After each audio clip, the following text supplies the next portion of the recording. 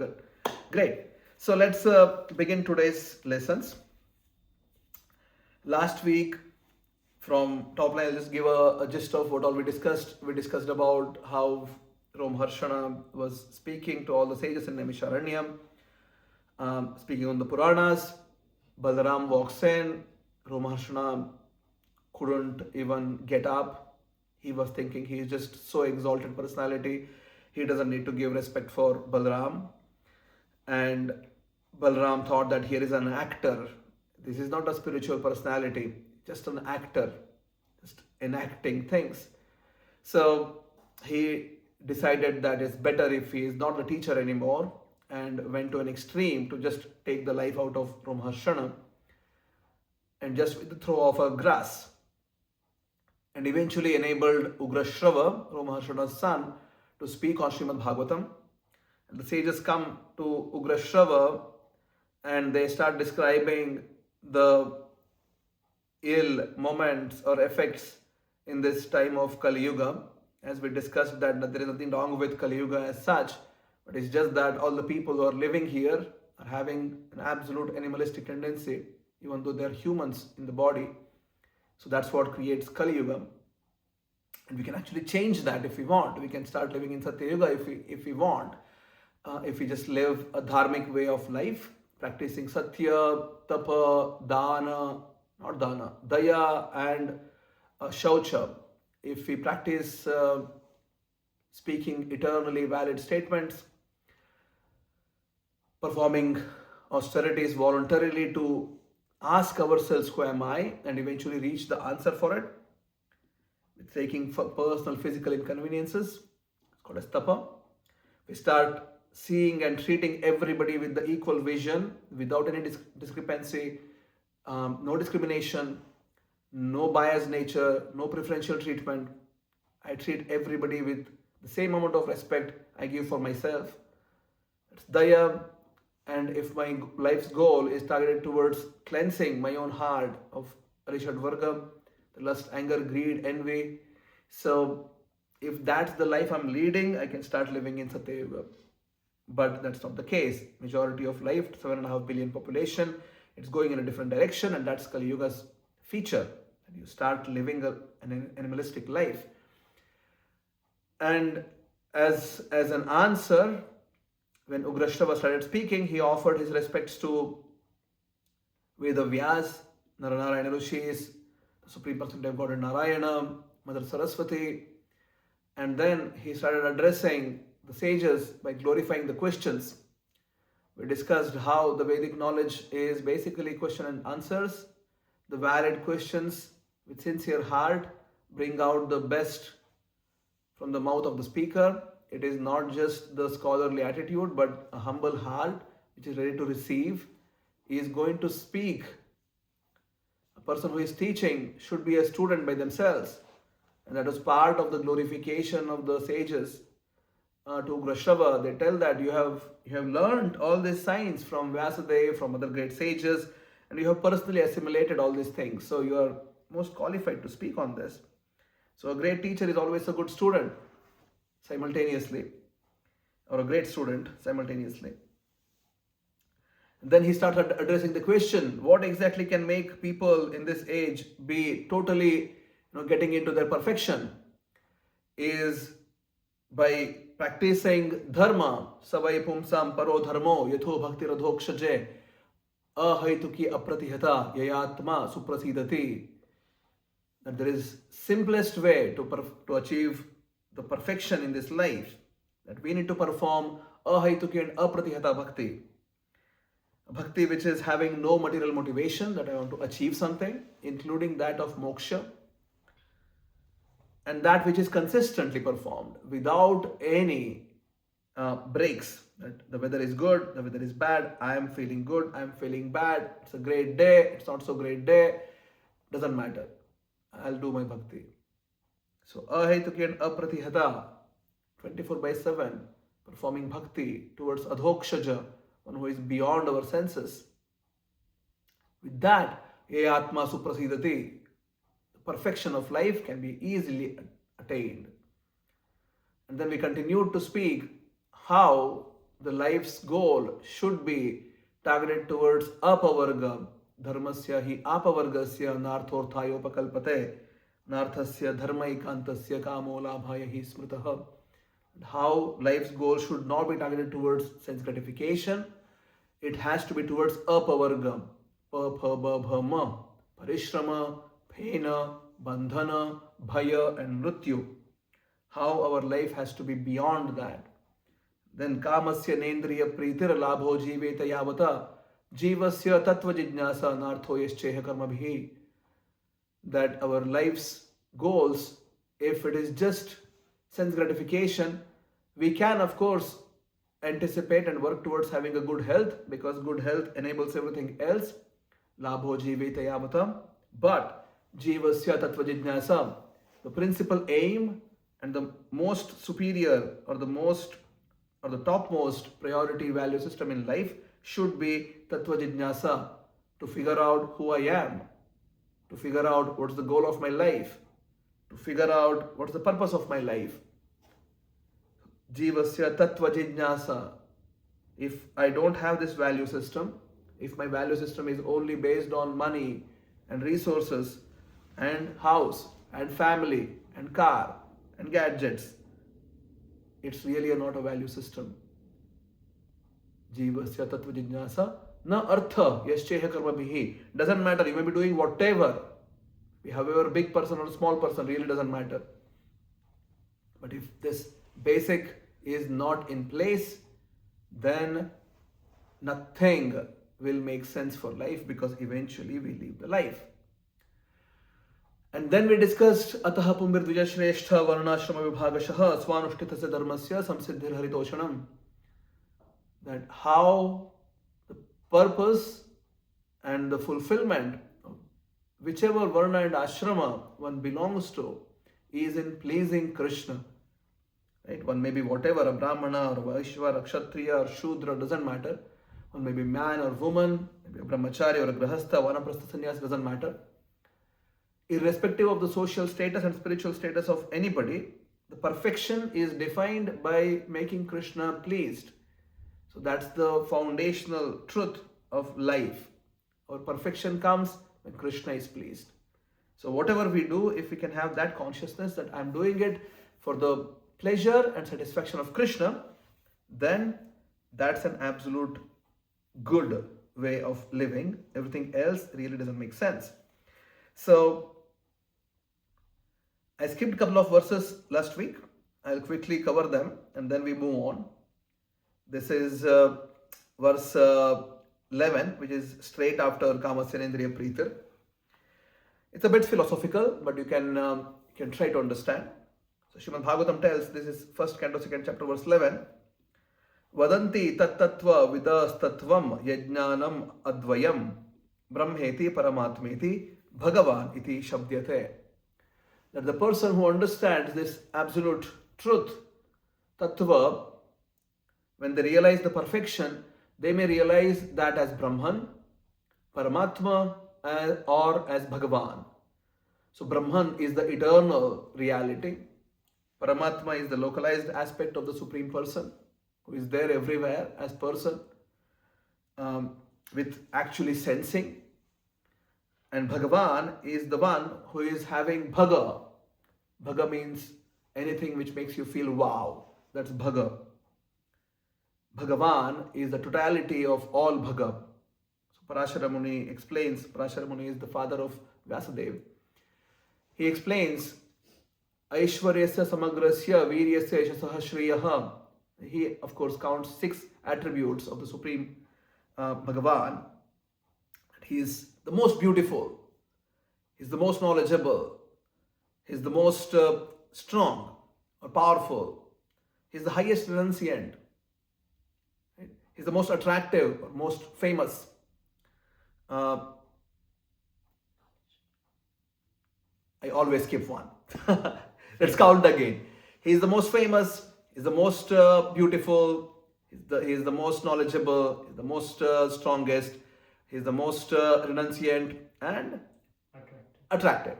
Yeah. So, no, I think anyway. So 6. We'll put in the notes. By counting sixth one, my brain always fades out. And what is this fifth one I told? What was the first one I told? So anyway, so Parashara Muni counts six. But you can imagine that all these things basically makes you feel wow. If you see a beautiful person, you feel like wow, this is nice. You feel a person who is famous, wow, this is nice. You see a person who is strong, you're like wow. You see a person who is very strong, you feel like wow. Even the one who is renounced, is not really enjoying anything of this world, your heart goes wow, how can they do it? Right? And the person who is most knowledgeable. Right? So all these things makes your heart wow. But you can add to this list if you want. Make the list as big as you like, doesn't matter. Krishna is that person who has all these things in full. That's Bhagavan, one who actually acts and has Leela with his Bhakta.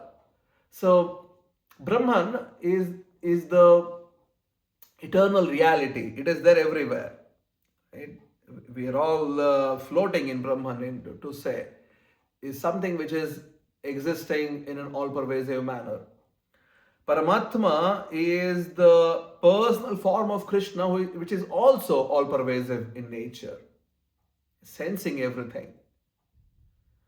And Bhagavan is that aspect of the Supreme Absolute Truth, Avyaya, Advaya, not Avyaya, Advaya. Advaya is the non-dual. So the sloka is trying to explain what is that thing, Tata.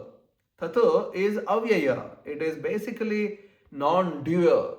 Because the previous sloka was asking you to be Tattva, Jivasya Tattva Jijnasa. You have to develop serious inquisitiveness towards this Tattva. And this verse explains what is that Tattva.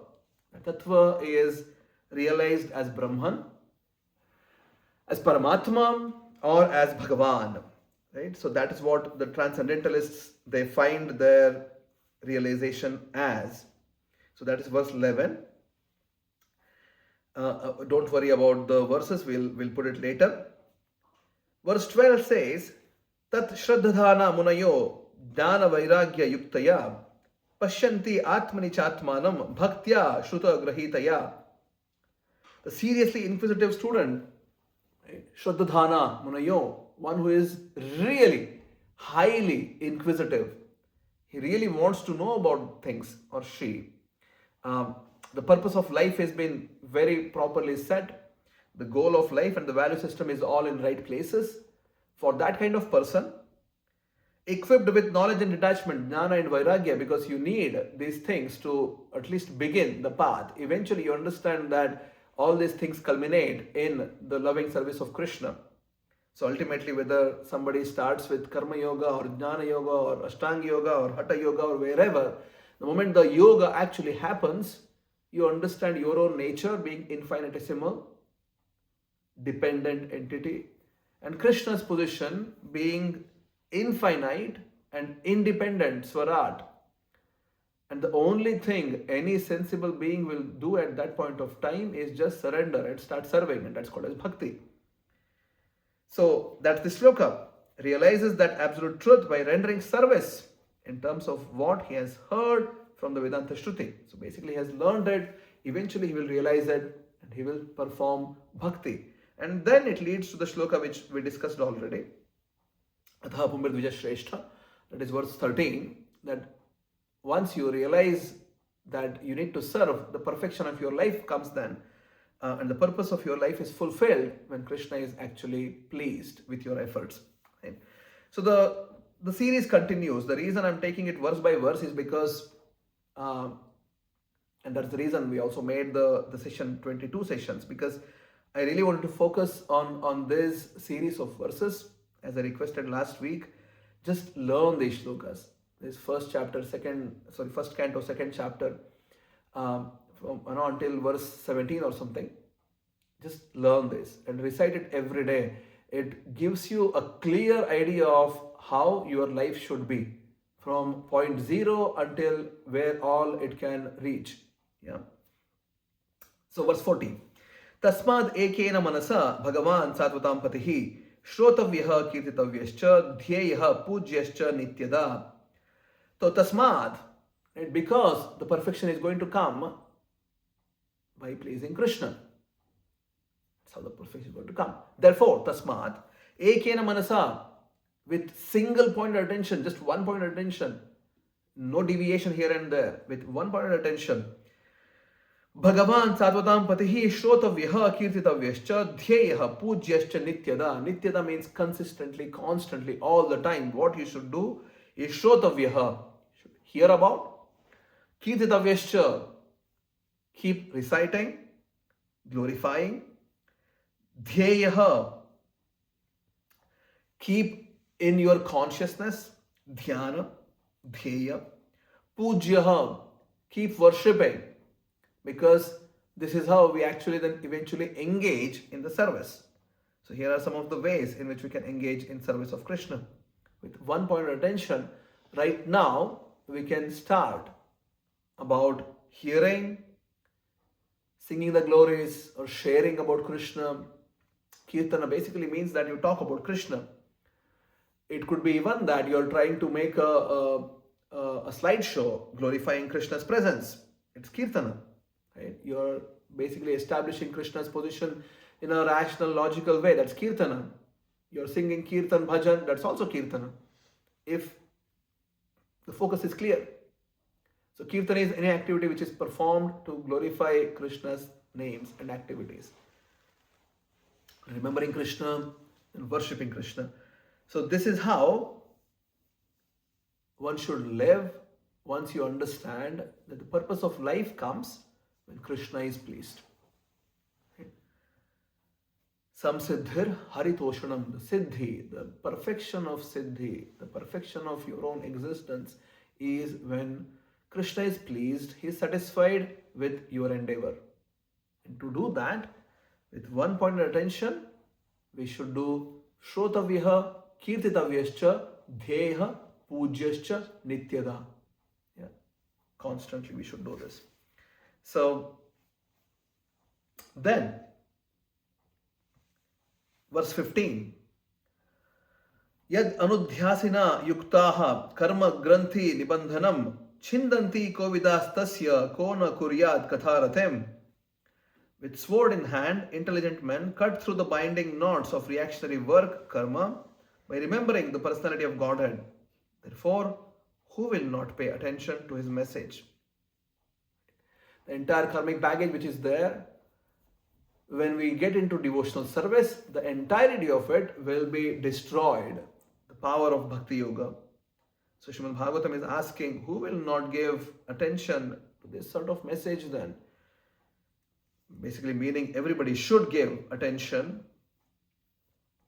And verse 16 tells, Shushrushoho Shradadhanasya Vasudeva Katharuchihi Syan Mahat Sevaya Vipra Punyatirtha Nishevanat.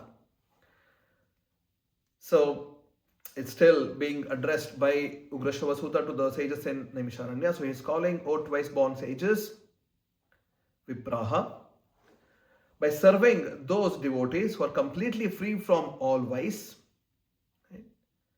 Great service is done. By such service, one gains affinity for hearing the message of Vasudeva. So the question could be asked that, oh, how will I get this sort of Tasmad Ekena Manasa? Previous shloka was telling about you should get single point of attention towards Krishna. So a good teacher always preempts the question by telling, oh, I told this, but this is how you can achieve it. Right? So at this point of time, I don't even know who Krishna is. How will I be able to serve him?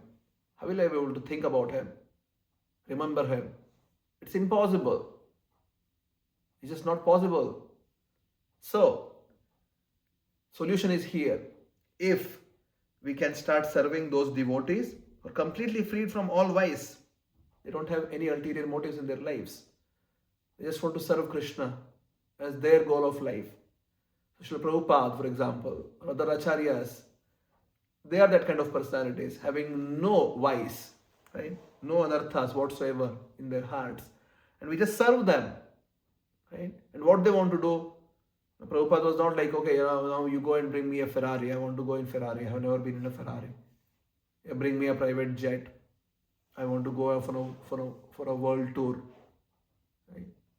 He always engaged people in service. So we need to understand that for me to begin with, being Krishna conscious means to be service conscious. I need to have service in my life.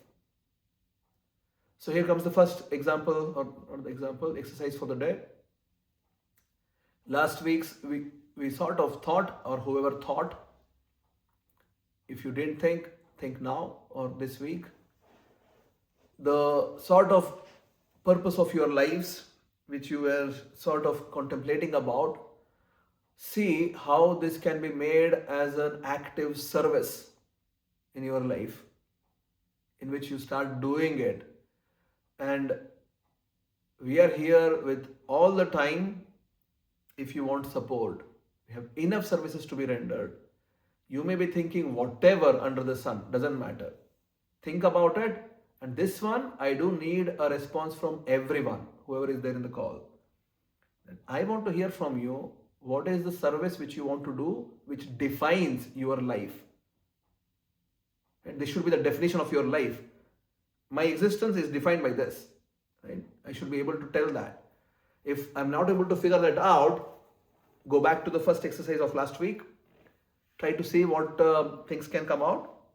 And then eventually, you can take support, of course, again. And then, so that's the first homework for the day. You need to have something or anything, at least one thing, which is defining your existence. It's a service. And service by definition goes that you're not the one who sort of, in general, oh, I think that yes, watching football match is a service. It is not, unfortunately. Right? Scrolling Instagram is a service, perhaps not. So we need to get some feedback and a bit of realignment. And we all need to have at least one thing, which I hope you understand the definition of what defines you, right? The definition of what defines you, or the meaning of what defines you. You need to have something which is sort of so inside you just can't live without it. And you just need to keep doing it all the time. Like, what is that one thing which you want to render as service? If there are 3-4 things, that's fine. More is always better. Or at least find one thing which can define your own existence. And when we start doing that, eventually we'll start experiencing, how Sumit was asking before, that we will start experiencing Krishna, because when we connect ourselves with these activities, and actually I'm trying to serve Krishna, you're constantly involved with something.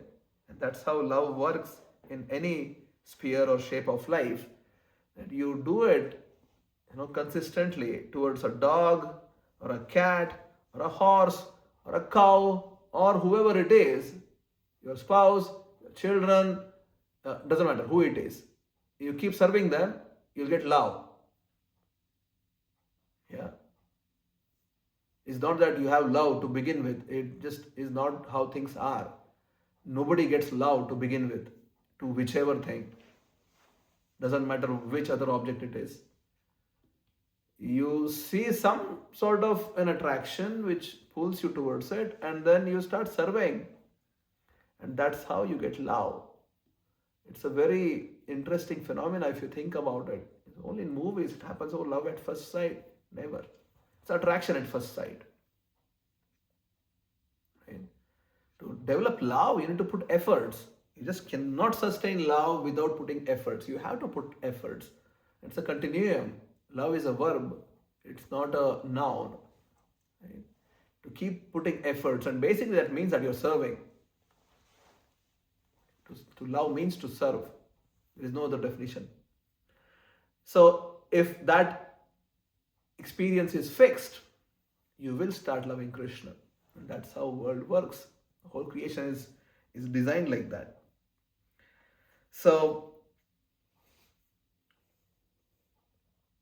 then, verse 17, Shranutam sukatha Krishna punyashravana kirtanaha hridyantastho hi abhadrani vidunoti surutsatam. Shri Krishna, the personality of Godhead, is the Paramatma in everyone's heart. And the benefactor of the truthful devotees cleanses desire for material enjoyment from the heart of the devotee who has developed the urge to hear messages, to hear his messages, which are in themselves virtuous when properly heard and chanted. Shranvatam Swakatah Krishna, Swakatha Krishna, Punya Shravana Kirtanaha, Hridyantastohi Abhadrani, Vidhunoti Surutsatam. So at the end of the day, it's up to Krishna to actually go and clear your heart. There is so much of lust, anger, greed, envy, illusion, fear in the heart. So much. It's beyond the living entity's capability to clean it. You just cannot fix it. There is so much of karmic baggage. It's beyond anyone's ability. You just cannot clear it yourself. You may go and do whatever you want. It's just impossible to clean your own heart. It just won't happen. Krishna says in Gita, 10th chapter, verse number 10, Tesham Sadatayuktanam Bhajatam Priti Purvakam Dadami Buddhi Yogam Tam Yenamam Upayantite. That he has to give that Buddhi Yoga. That our Buddhi is in connection with Krishna then. So Krishna is sort of leading our Buddhi. And with that, he is basically then giving us inspiration how to serve. Right? And then one more step, next sloka he tells, Tesham eva anukampartham, to those people who are sincerely engaged in serving him with love and devotion. That was 10.9. Machchitta madhata pranaha bodhayanta parasparam kathayantascha mam nityam tushyanti cha ramanti cha. So whoever is serving Krishna consistently, feeling their heart fulfilled with just, they're relishing by talking about Krishna, glorifying Krishna. It's very natural. When you love someone, you keep thinking about them, keep talking about them, keep contemplating how to serve them more and how to please them more. Right? Whoever is doing like this, Krishna tells, Tesham eva anukampartham, to show them special mercy. Aham ajnanajam tamaha nashayami, that I will destroy entirety of all ajnana, which is there in the heart. Atma bhavasthaha, I am there in your, with you as Paramatma. Jnana deepena bhasvata, by lighting the lamp of knowledge, Krishna is going to destroy, and that is Bhagavad Gita. Krishna has told it himself. And Srimad Bhagavatam is confirming that here, that if we can develop this sincere taste, the sincere taste for hearing is coming from serving the devotees who are having no vice. So basically we need to have service as the motto of life and the goal of life. Whoever is having this kind of mentality, it's on Krishna, Hridyantasthohi abhadrani, all that which is abhadra, inauspicious things, whatever is there in your heart. Any abhadra is auspicious, abhadra not auspicious. Vidhunoti srutsatam. Right? So Krishna is going to clean all these things. And that's on Krishna. Then what happens? And that's verse 18. Nashta prayeshu abhadreshu nityam bhagavata sevaya bhagavati uttama shloke bhaktir bhavati naishthiki. When all that which is inauspicious, abhadra, which is all gone from your heart, you're serving Srimad Bhagavatam and the Bhagavata devotees consistently as the goal and purpose of your lives. When you do that, Bhagavati Uttama Shloke, Krishna, who is being glorified with the choicest verses, Bhaktir Bhavati Naishthiki, the devotional service towards him becomes Naishthika, means there is Nishtha. Nishtha means it's a place holder in our, or a landmark, or a milestone in our journey of becoming Shuddha Bhakta of Krishna, wherein my bhakti is not wavering anymore. It is fixed to say, it's like concrete to say, you're not wavering anymore. In this stage, you won't discriminate anything or anyone. This is a state when you are already Brahman realized. Your bhakti is not a function of anything outside at this point of time. And that arrives after anartha nivritti. So as we already sort of went through in this series, it starts with Shraddha, seriously inquisitive students. That's how Prabhupada has translated. Serious inquisitiveness. Then you get to serve. Right? You perform your sadhana, you perform your service. And in that process, ultimately it's up to Krishna to remove all that anartha, and that Krishna is doing, as Krishna tells in Gita, ye yatha mam prapadyante. To the extent you surrender, to that extent Krishna clears. It's very, very fair from Krishna's side.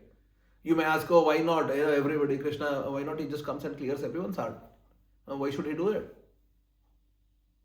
We always look for shortcuts. We never take responsibility in our lives. So it's better if you start taking responsibility. It's a very fair system. It really doesn't matter what the whole world thinks like. I need to really commit myself for service. I need to make service as the principle and the only purpose of my life. And when that's in straight line,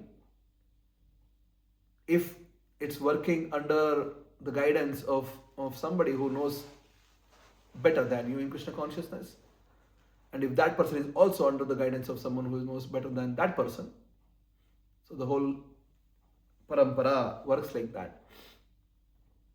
So when I surrender to that, if I'm committed, if I continue doing it, eventually my heart will be cleansed. And when my heart is cleansed, that's when I will be able to perform bhakti in a naishthika way. Everything which is inauspicious in our heart needs to go away. At this point of time, I don't really understand what is bhakti. We don't know. No, I'm also doing bhakti. No, we're not doing bhakti. We are trying to practice Vaidhi bhakti, some rules and regulations, little bit here and there, whatever busy lives we have, trying to take out a little bit of time to somehow to add Krishna in there. That's the beginning. Eventually it has to become in a way that I'm actually becoming Krishna conscious. I need to love Krishna.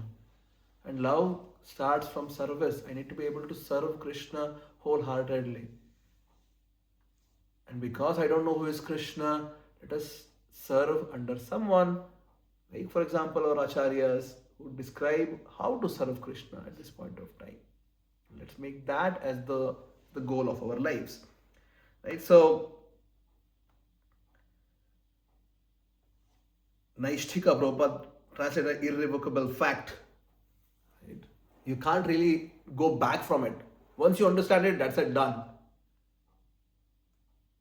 It's like you reach a state from which you don't, it's a point of no return. You will never go down from it.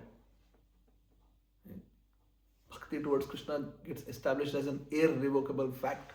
You can't really go back. One-sided journey from there. You just continue to serve Krishna and be very happy in doing that.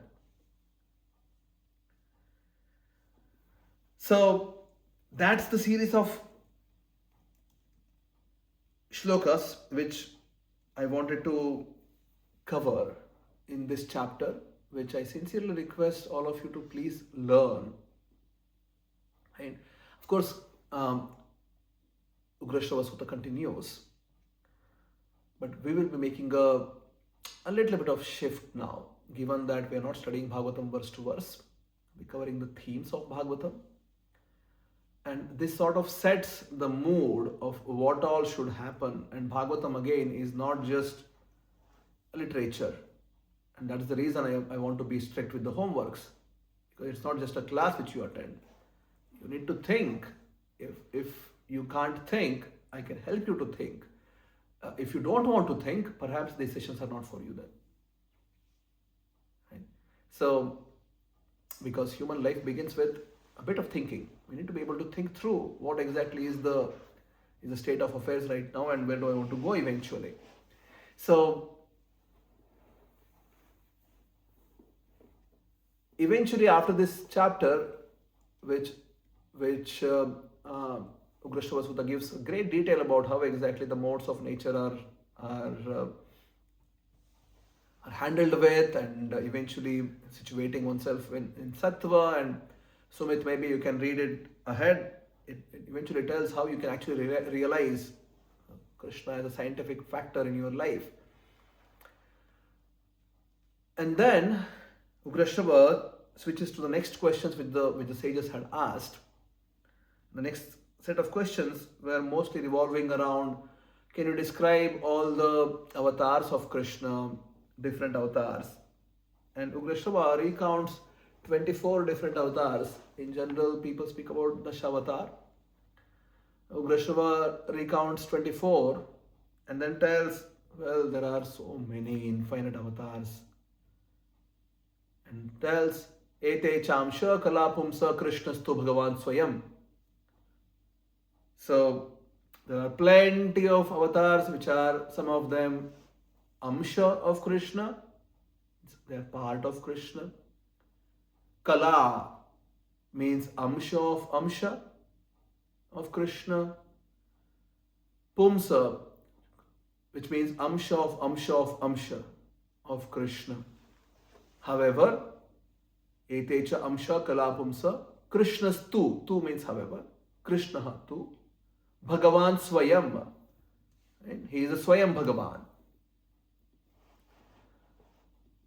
So that's a nice understanding. And what we need to understand also is that these are transcendental subject matters. So Krishna is all supreme and he is beyond our senses. That's adhokshaja. I can't really put a framework. And of course, many times people tell, in their ecstasy of glorifying Krishna, sometimes the authors tell, yeah, these are the qualities of Krishna. He has 64 qualities. Right? But Krishna is not limited to anything. He is beyond and above everything. So Krishna has infinite qualities. And Krishna has qualities which we can't also fathom. Our brain and eyes and whatever we have can only understand little bit. A Jivatma by itself is an infinitesimal particle. It really doesn't have the capability to understand Krishna fully. All that it has to understand is that I need to serve Krishna. And that it's fully qualified to understand. And then the sages ask, so how did this Srimad Bhagavatam come into effect? So Ugrashrava started telling, one fine day, Vyasadeva was sitting in his ashram, having done all his sadhana, and he was feeling a bit dejected in the heart. He was not really feeling happy. Vyasadeva had already compiled the Vedas, the Upanishads, Itihasas, the Puranas, and still, Vedanta Sutras, there's so much of quality substance he has created. Still, feeling a bit disappointed. I don't know what is lacking in my life. I should do something else. I don't know what I should do. I don't know how will I feel satisfied. And that time his Guru Narada walks in. And Narada addresses Vyasadeva with a lot of respect. He even addresses Vyasa as a Prabhu. My dear Prabhu. And he tells, even though unfortunately you have created so much, the volume is so high, still content, it lacks clarity. Especially for the age of Kali Yuga, for which you are basically compiling all these things, they will not be able to understand what exactly is the purpose of life. By reading Vedas, Upanishads, Vedanta Sutras, the Upanishads and Vedanta Sutras are even beyond the intellectual ability of the people. Even though they are very crisp and short, people will be easily just swayed away by the grammatical interpretations, how thousands of ways they can do it. And there are just no direct ways of connecting a person with spirituality and the absolute topmost activity one should do in life. It's just non-existing. It's there spread around, but one needs to have a vision and a humility in the heart and a guru to support him with, to eventually understand Vedaishcha Sarvair Ahameva Vedyaha. Krishna tells in Gita, if someone understands the entirety of all Vedic literatures, then they will understand Krishna Stu Bhagavan Swayam. But for that, you need to have sincerity in the heart, you need to be humble. Vidya needs to be associated with Vinaya. Right? You need to have a guru who is authentically teaching you everything.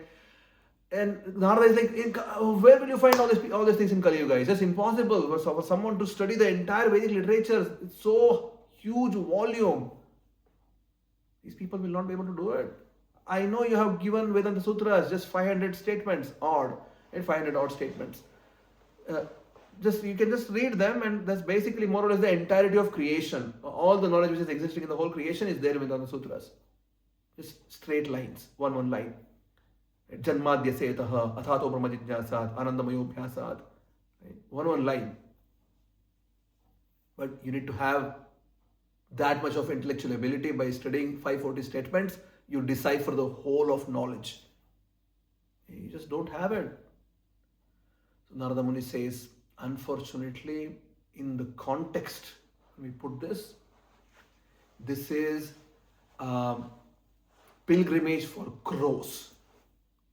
It's having no value, it's garbage. I know you have done so much. It's logically astute. There is clear flows of how we have connected everything and has given a very broad way of knowledge. But then when you put that in the context of Kali Yuga, it carries zero significance because people will not be able to understand the conclusion. So from that context, it is just a garbage. On the other hand, Tadvag Visargo Janatagha Viplavo Yasmin Pratishlokam Abadhavatyapi Namani Anantasya Yashonkitani Yat Shrinvanti Gayanti Grananti Sadhavaha. Even if there is mistakes, even if it is not a logical presentation, even if it is not highly intellectually scholarly, but if the theme is Namani Anantasya Ishonkitani Yad, it is glorifying Krishna's names and activities, the service towards Krishna as a single most purpose of life. Right? Even if the literature is not greatly, in effect, that one, Shrinvanti, Gayanti, Grananti, Sadhavaha. The sages, the saintly people, they will be able to recite it even though it is improperly constructed. They will be able to hear about it, be able to sing about it. They will glorify it. Why? Because the theme is in its right place. The central idea of the message is in the right place. And Srila Prabhupada, he has told many times that he is not a Sanskrit scholar. And there are many other great scholars than him at that point of time. But then the Bhaktivedanta purports, they actually transformed people's hearts. The translation purport which Prabhupada has given, it really transformed people's hearts because the theme is very clear. The idea is very clear. What you need to give to people is very clear. We may have a lot of differences of opinions with Prabhupada, why is this, why is that, whatever. Doesn't matter. The effect of knowledge is not just in what you read or what you just hear. It's about the intention of the speaker and the humility of the student. If these two things, if they are in proper places, the intention of the speaker and the humility of the student, if those are in right places, knowledge will get transmitted, because at the end of the day, the transformation of heart is done through Krishna. The Paramatma, who is the one who is giving the comprehension of a particular thing which you are reading or hearing. The comprehension is not coming by your own ability. The comprehension comes from Krishna's pushing that thing in your heart. Krishna is the one, the Paramatma is the one who is actually giving that. He has to light that lamp to give you that knowledge. And he will do it for sure if you are hearing from the right source and you are humble. Yeah. The speaker is having the right intention. The heart is humble of the student. If these two things are in the right place, the transformation of heart takes place, because the transformation is happening not just by the intellectual gymnastics one may be doing. Oh, I know a lot of shlokas, I know a lot of things, I can quote Bhagavatham, Bhagavad Gita, reverse order also. It doesn't matter, really. I should be able to connect with the theme, the central theme, and I should be able to act upon it. It's not just hearing. So Srimad Bhagavatam puts this whole thing in that sort of straight line. It doesn't waver anywhere. Entire Bhagavatam has one specific direction. There is no place where it's like, oh, you can interpret it like this, you can interpret it like that. No. There is no place like that. Entire Bhagavatam is having one straight direction. There is no place where, for example, Karma Kanda is glorified. That, yeah, you can do this punya karma and then you can go and enjoy in the heaven. Even Parikshit, when he's asking, I'll give a very quick example. This comes in 6th canto. We'll be studying it in very depth when we go there. Chitraketu Maharaj eventually was cursed by Mother Parvati to become a great demon by name Vritrasura. Vritrasura was eventually killed by Indra, and Indra was afflicted by heavy sinful reaction, so he just ran away and was sitting in a lotus in Manasa Sarovara, in the stem of the lotus, and there he was worshipping Mother Lakshmi, Lord Shiva, and eventually he got rid of his sinful reactions, whatever he had accumulated. When the context switches, Parikshit's turn to ask questions after this whole incident. Parikshit does not ask, what did Shiva do? What did Chitraketu do? Which sort of worship he did for Lakshmi and Shiva to get rid of sinful reactions. Parikshit is having no interest in learning that. He switches right away. How is it, Vritrasura being such an amazingly greatest of all demons created in the whole of creation, how is it at the last moment of his life, he was reciting the prayers for Sankarshana? Right? So Bhagavatam has a very clear flow. It doesn't really deviate. It doesn't make the reader or the user confused. Oh, what should I do here? Which one? Or maybe I should also work towards getting some punya and then maybe go and enjoy in the heavens. Right? The focus is very clear. There is one more incident. This is when Shukadev explains the entirety of all Naraka planets. Kumbhipaka, Raurava Naraka, this Naraka, that Naraka, where living entities are suffering in hell. And after hearing all these things, Parikshit asks, so how is it? This is so mind-blowing, so much of suffering for the living entities. How will they ever get out of this sort of suffering? And Shukadev, just to test Parikshit, he tells, you can perform prayaschitta. Right? So you can perform different prayaschitta. You can feed people, hungry people, perform, different yajnas and, go and worship this devata and that devata. So prayaschitta, there are different prayaschitta you can perform. And Parikshit rejects it right away. Tells, I can't accept this. This is like an elephant taking a bath. Takes bath for a long time. It's in the river or a lake, wherever there is a water reservoir. So long it's taking bath. Comes out and immediately it's on the dust, rolls on the dust. on the mud. So Parikshit says, this sort of atonement, parayashchitta, I can't accept this as the path forward. Doesn't help. You may get a prayashchitta, get rid of a few of your karmic baggage, but because the desire to perform that is still remaining in the heart, you will end up doing exact same thing again. How will you address that? Tell me that. And then Shukadev congratulates Parikshit. You passed my exam. Very good. Now I will tell you what should be done. You need to just make sure that you recite Krishna's name with so much of sincerity that just one name is more than sufficient to purify all the sins. And in explaining that and expounding that topic, he tells the story of Ajamila. How just one Narayana at the end of his life purified him the whole thing. So, the point which I'm trying to make is that Srimad Bhagavatam has this it's unidimensional, just one dimension. You need to understand your position. You need to understand Krishna's position to serve Krishna. It will bring you towards that.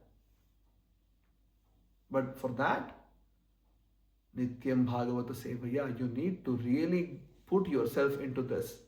It really doesn't matter whether you can consume Bhagavatam for 1 minute a day, 5 minutes a day, 10 minutes a day. It doesn't matter. Start consuming on a daily basis and start serving. Right? Both these things need to happen parallelly. So Srimad Bhagavatam starts where Gita has ended. Krishna tells in Gita, Sarva dharman parityajya mam ekam sharanam vraja. Surrender to me, Arjuna. Don't think about anything else, just surrender. I'll take care of everything. Ma shuchaha, don't worry. And Bhagavatam starts with that. How do you surrender? What do you need to surrender? So Narada tells to Vyasa, your creation so far is garbage. You need to compile something which gives people a clear message. No deviation here and there. Straight up to the point. Compile that. And that will be recognized, glorified by everybody because Kali Yuga people will be able to actually work upon it. Because the entirety of Vedic literature is being compiled, there was only one point for that. That this will help the Kali Yuga people. There was no other point. So Srimad Bhagavatam is the ripened fruit, is the most ripened fruit. Nigama kalpataror garitam phalam shukhamukad amrita drava samyutam. Right? This is the most ripened fruit of all the Vedic literatures. This is the third sloka of Bhagavatam, first chapter. Srimad Bhagavatam is, if you think like the Vedic literature is like the whole tree giving a lot of fruits, and this is the fruit which is, imagine a mango tree, the most ripened fruit which is coming from this mango tree. It's the most sweetest. And then it's bitten by Shukha.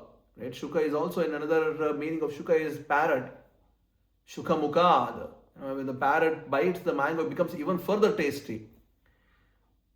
And this amrita is a total nectar coming from the mouth of Shukadev. Pibata Bhagavatam rasamalayam muhuraho rasika bhuvibhavukaha. Which rasika, the person who is able to relish the rasa, who will ignore this? Everybody will taste this. So this is Srimad Bhagavatam. And to establish the fact, Narada starts telling his own story, which we will pick up next week. Yeah. We were told by many of you that the sessions 2 hours, you just don't have that much of bandwidth to spend. And it's okay if 22 takes 25. I don't want to rush through. The most important thing is that you need to understand. I know the topics which all I want to cover. So that's very clear for me. And I will make sure those things are covered. And if it takes more sessions, that's fine. Okay. So we'll be keeping it to 1.5 hours. Next 10 minutes, we'll take any questions, feedbacks, or comments, whatever you have. Please go ahead.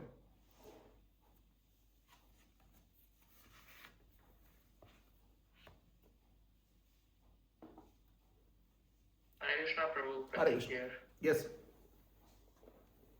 So, just to summarize in one line of what you just said today, the whole class is, the essence is doing service.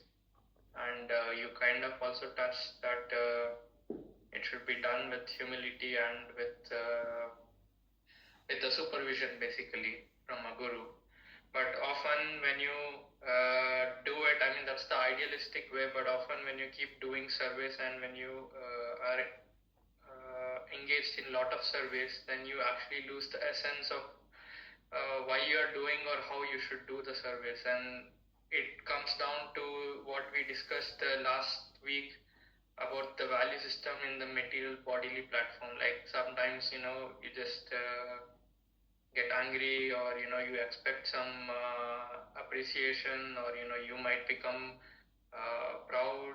So how do you deal with this and always remain in that humility mindset when you're doing lots of service?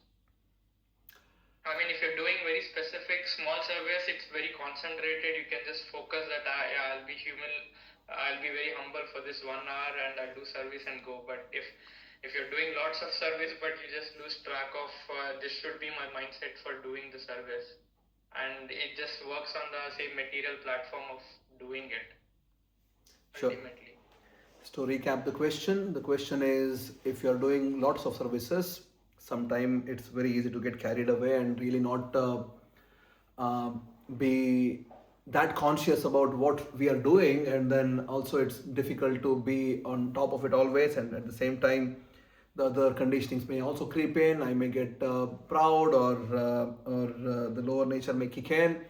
How do we handle all these situations? And the answer is that under whomever you are performing service, because service only makes sense if you are doing under someone, you should always have, it doesn't matter how frequent it is, as long as it is periodic. There has to be some periodic quality time which you need to spend with the people who are defining your services or under whom you are doing services, and getting their concrete feedback on exactly where you stand and how you stand, and what all are things which are going good from your perspective, and what are the things which are going not so good from your perspective, and be just genuinely ready to hear the same thing from the other person. And very simply put, just ask them, how can you improve? What are the things and areas which you can improve upon? And if you just start this loop back as a method of learning and a method of functioning, what this will do to you is that you're at the same time of doing a lot of service, you're also becoming humble. You're understanding that yes, this is happening under somebody, there is a care and guidance available, and at the same time you also feel that yes, there is shelter. I'm not just thrown in the open air, right? So the initiative should come from us. We need to go and seek, and whatever is there, just be open, tell it out, and then get proper directions. So bhakti works not in an isolated way. Bhakti works in a closed loop fashion. We serve a person who is serving Krishna, and for us, ideally it should be that I just put my entire heart, and that's it. I'll give my best, beyond my best. And if the other person is just not happy with whatever I'm doing, I'll try to improve. If the other person is becoming unreasonable, is going crazy, then I can find some other person to serve with. Yeah. But it cannot be that I just let my own mind and things figure out what all needs to be done. Sometime you may have to do that. Eventually you need to become qualified for it. You need to become independently thoughtful. So while you are learning under the person, you should always learn the heart of bhakti. The heart of bhakti is to serve Krishna and to please Krishna. And that is the thing which we need to really learn. It's not about anybody else. So as long as the person whom you are serving is also having the same intention, that's fine. Right? So that's why I was emphasizing on the intention of the authority and the heart, humble humility heart of the student. So as long as these two sync, transformation will take place. But for that I need to go and seek feedback. Okay? Yeah. Thank you, Prabhu. Hare Krishna. Hare Krishna. Anyone else? Hare Krishna, Prabhu. Sahitya here. Sahitya, go ahead. Like you said, Vishnu Rupas, like we know as a Dashavatar, but you said like there are many avatars which are not part of Dashavatar, like 64 avatars, like Hayagriva or like many other avatars. So just want to know, is there any reason to define like these are the 10 avatars like to be considered or more important or something? Like what is the reason to define them or these 10 avatars and others are not counted in? Of course, everything is I don't actually know, Sahitya, where exactly the 10 are described or how exactly these are the ones which are described. As I said, Srimad Bhagavatam describes 24 avatars. The question is why it's only 24 which are described, and how come the 10 have been more famous. So of course Krishna has infinite avatars, right? So that's what Ugrishta Vasudha is saying.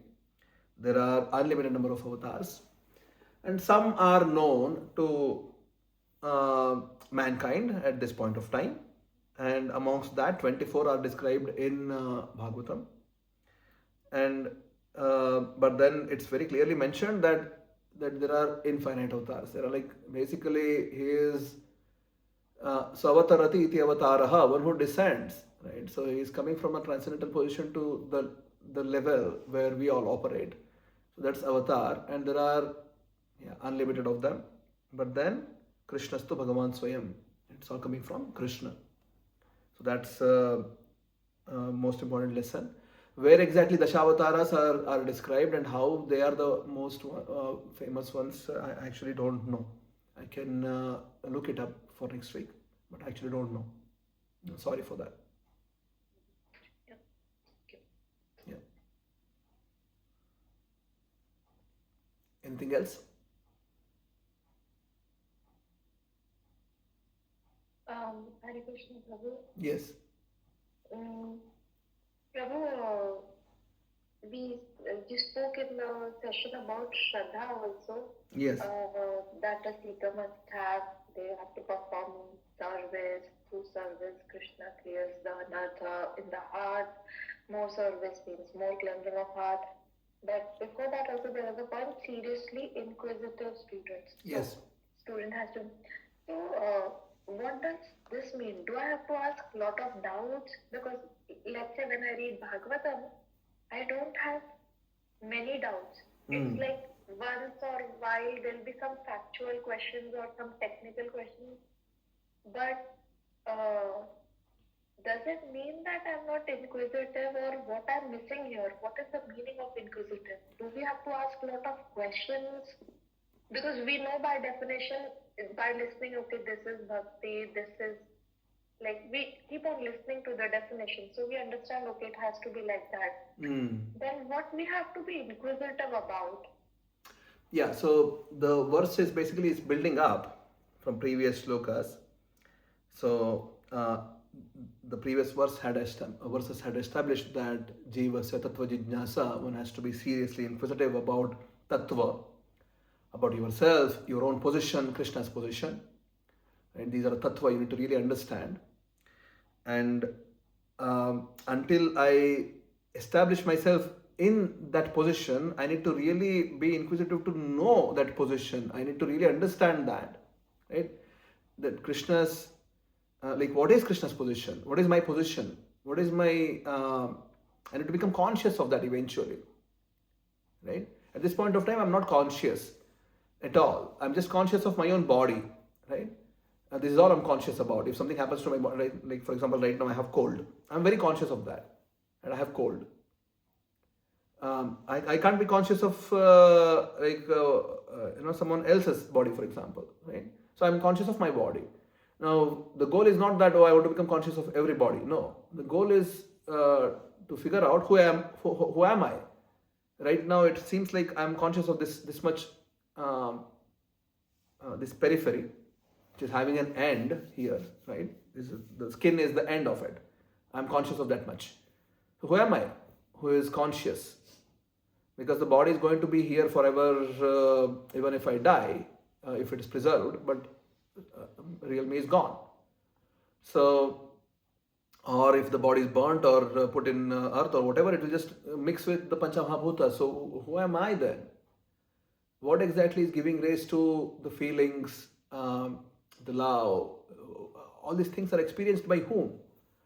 And why is it that I'm undergoing this whole cycle of birth and death and old age and disease and whatever is going on with me? Why is it happening like this, and how can I come out of it? Okay. Right? And if there is a purpose for my own existence, is there that's the primary question. Like, is there a purpose for my existence? What is the purpose of my existence? And the purpose sort of is derived based on who am I. So I need to become inquisitive about all these things, right? So when you understand all these things, when you start seeking this, because we are seeking something which is outside now, right? We seek how do I enjoy, how do I max out my own happiness and my own comforts, and so that's how my seeking has been. All of us are very seriously inquisitive about this, highly inquisitive, but the nature of this inquisitiveness need to change from ahara nidra bhaya maithuna. It has to be on a top level, on a higher level, right? So that's the meaning of being jijnasu. I need to have inquisitiveness to know what's the purpose of my existence. And basically means who am I? And then also means who is Krishna. Doesn't mean that I ask a lot of questions, but I need to have this orientation of it would be nice if I know what is the purpose of my existence. Right? So I actually just do that.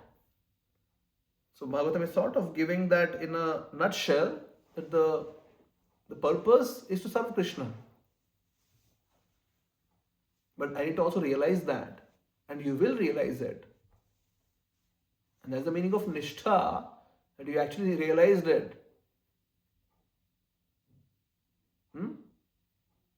You understood your own position. That's nishtha. That's where it becomes irrevocable fact, because once you know, you know. Until you know, you don't know. Right? It's very simple. Yeah, thank you. Yeah, good. Can we have a quick 5 minutes recap? I know it's 8:30, but it's good if we have a quick recap. Anybody want to shout out in sequence, not something from the last, from the beginning? Go ahead and start telling, so that a quick recap is done. And quick, like 10 seconds, okay? Everybody gets a chance, and everybody has to speak.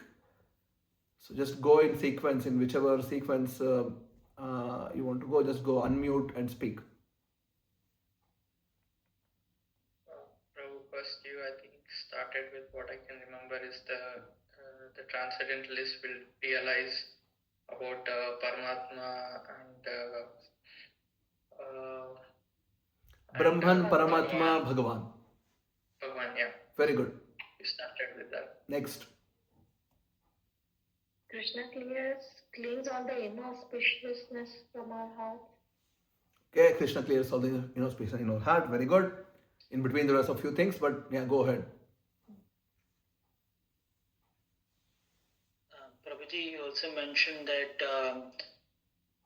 in learning is not just by listening, but there are two things. The teacher must be ready to impart the knowledge, and the student must also be humble, and then Krishna will basically allow us to learn, or he'll teach us the right knowledge. Paraphrasing beyond correction limits, Abhishek, I mentioned the intention of the speaker or the teacher has to be in right place, and the heart of the student should be humble. Yeah? Yes. Good. Next.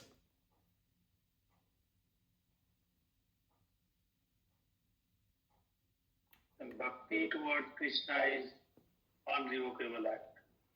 If your heart becomes purified of all the anarthas, then bhakti in your heart will be established as irrevocable act. Okay?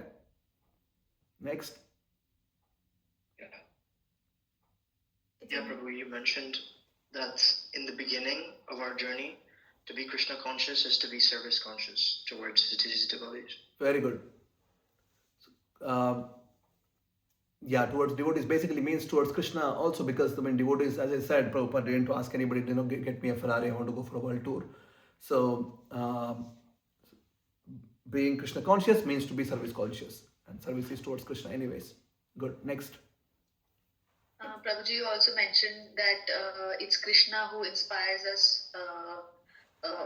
Whatever we understand about bhakti, even if we are trying to seek anything, it's Krishna who is inspiring us. It's not us who are doing it. Yes, very good. Any comprehension comes by the ability of Paramatma and not ourselves. Very good. Hare Krishna, Prabhu. Hare Krishna. Along the same note of Krishna consciousness means service conscious. Also mentioned love is a verb, it's not a noun. You need to put consistent efforts. Very good. Love is a verb, it's not a noun. You need to serve Krishna, and when you serve Krishna, you will get love. Very good. Okay, next. We also have to be service conscious, but when we, in the beginning, cannot keep Krishna as the center of service, we should serve somebody who is already serving Krishna with pure heart. Yes. I mean, we will be serving Krishna, but because we don't know how to serve Krishna, we sort of serve under someone who knows how to serve Krishna. Good. Yes, next. Yeah, Hare Krishna, Prabhuji. Hare Krishna. You said first when we go in the service, we don't know who is Krishna, how we can serve, how we can put our hearts in the service of Krishna, even we don't know who is Krishna is. So for that, first you have to take the examples of the devotees, take the shelter of the devotees, do the service of the great acharyas and the teachers, then you will slowly and slowly realize it who is Krishna, and then you put your whole heart in the service of the Krishna. Very good. Thank you.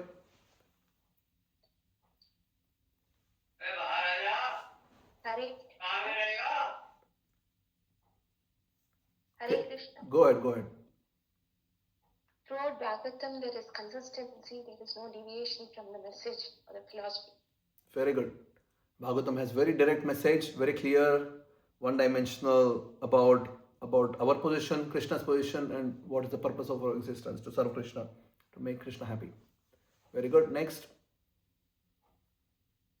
And it's not just about hearing, it's about acting upon it. It's not just about hearing, you need to act upon it. Very good. Thank you. Next.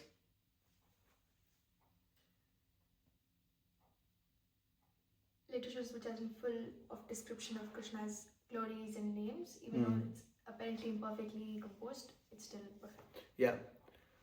Even though there may be literatures which are perhaps not highly accurate in terms of grammar and scholarly attitude, but if it is having the central theme to be serving Krishna and glorifying Krishna's activity, it is perfect in itself. And sages will glorify it. They will recite it, they will sing about it, and they will hear about it. And the great example is Srila Prabhupada's works. Very good. Next.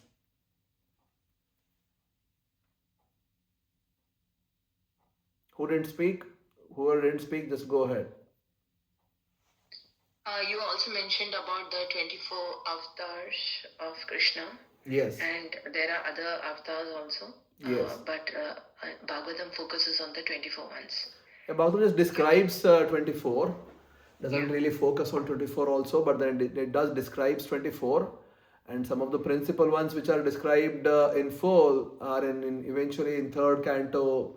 Kapila Muni is described, 4th canto Pruthu is described, and then Prahlad Narsimha story is described, Vamana is described, Parashuram is described. Narada, yeah. Yeah, and eventually Krishna and Rama are described. So yeah, but not all 24 are described in full also.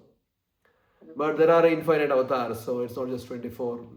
Ugrashrava says, yeah, there are infinite basically. Good. Next. We need to put an effort to design what our position with respect to Krishna is.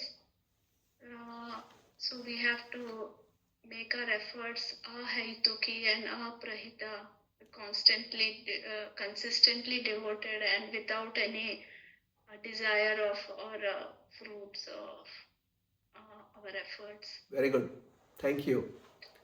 Bhakti has to be done haituki and apratihata. There has to be no material motivation and has to be consistent effort. Very good. Anybody didn't speak? If there is anyone, please go ahead.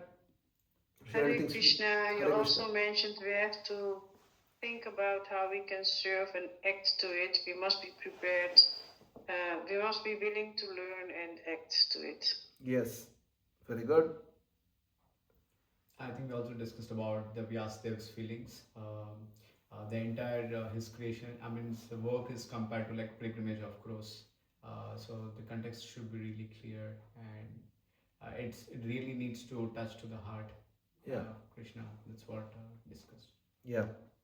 So even though there's so much which is created from Vasudev, when we put the context of Kali Yuga, it was as good as nothing, because Kali Yuga people are just not able or qualified to decipher this whole thing and to figure out what's the conclusion of it all. Good. Any last comments? Okay. Sorry? Vyasadeva, Father Parashamuni. Parasharamuni, yes. Yeah. The 6 descriptions of Bhaga, which are all whatever makes you feel wow. So let's try again, one last time. The fame, the beauty, knowledge, strength, fame, renunciation, done. No fame, I did already twice. Wealth, good, finally, yes. I keep missing one always. Anyways, so, but the point is, you can put anything in that list. Put whatever makes you feel wow. Krishna is the samam bonam, he is the totality of all that wow put together. That's the meaning of Bhagavan, one who has Bhaga. Anything which makes your heart feel attracted. Okay? Thank you so much. Please remember your homework. I, again, repeating myself, don't want to hear that you didn't get time. That's one answer which will give you a soft warning next week. Okay? Hare Krishna. Dandavat. Vanchakalpatarubhyascha kripasindubhyo chapadipanam pavanebhyo vaishnavibhyo namo namaha. Srimad Bhagavatam ki jai. Srimad Govinda Dev ki jai. Hare Krishna.